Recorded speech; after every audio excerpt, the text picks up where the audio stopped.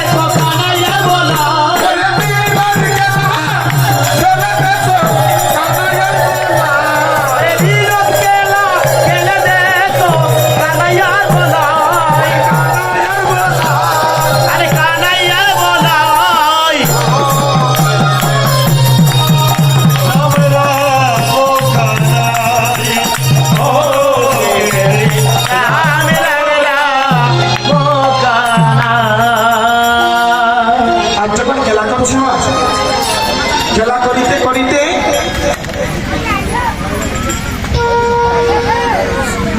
খেলা করিতে করিতে কানাই আমার কি করেছে, কানাই এবার সুবলের বদন পানে যখন ছেড়েছে, যাওয়ার সঙ্গে সঙ্গে বাবা সুবলের বদন কানা দর্শন করে আজ কানাইয়ের রাধারানীর কথাটা মনের ভিতরে জাগ্রত হয়ে গিয়েছে। আর যখন রাধার বাবা জাগ্রত হয়েছে, বনরানী গোবিন্দ তাদের সঙ্গে আর খেলা করতে পারলেন না বাবা, তাদের সঙ্গে আর খেলা করতে পারলেন না। কি হয়েছে, ওরে হারুয়া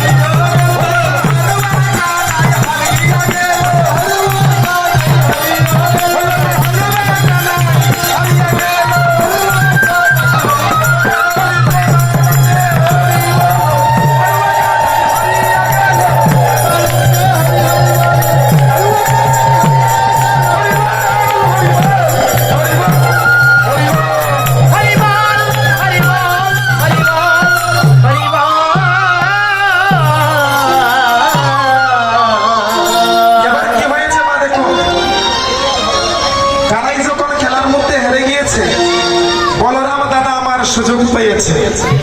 বলরাম দাদা বলছে আগে করো বাহাদুরি দেখিয়েছি, এবার বাহাদুরি বার করবো।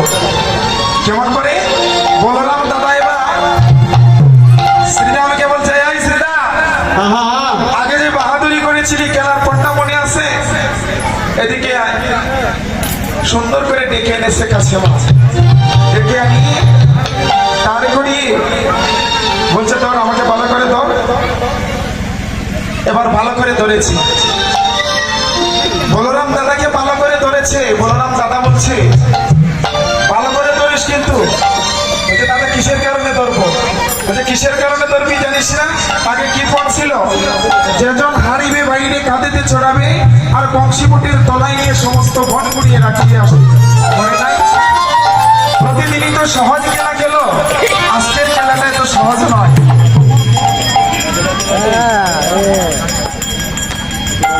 যেমন পণ